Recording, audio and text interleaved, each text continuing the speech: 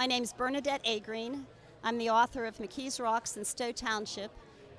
We published the book last year. It came out in the summer of 2009, and it records the history of McKees Rocks in Stowe Township with 228 photographs.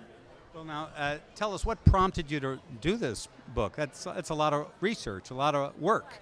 It was a lot of work. It was a lot of research. What prompted me was the fact that I'm the result of immigrant families that came to McKees Rocks. My dad's family came from Austria-Hungary, the Germans, and my mother's family were Slovaks, and somehow they found themselves in McKees Rocks. And I wanted to know more about it and how it looked 100 years ago when they showed up. And that's really the impetus for writing the book, having grown up listening to different languages and my mother's stories of growing up in McKees Rocks. What do you think readers would be most surprised about after reading the book?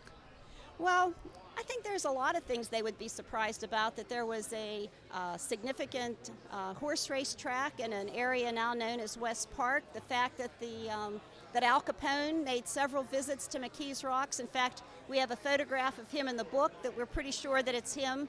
We know that he was there from old-timers that told us that they saw him on the streets.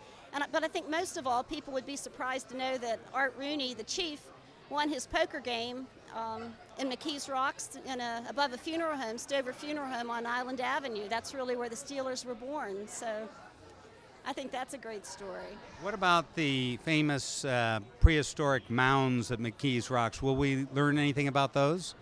Right. In one of the early chapters, we talk about the early peopling of McKees Rocks, and the Adena, who were prehistoric Native Americans, built a burial mound in McKees Rocks. It was a key archaeological site for centuries, and it was also the place where George Washington had visited with Christopher Gist and considered building a fort there, but decided it wasn't as strategically good as where he built Fort Pitt. Well, thanks so much for being here. Thank you for having us. We appreciate it.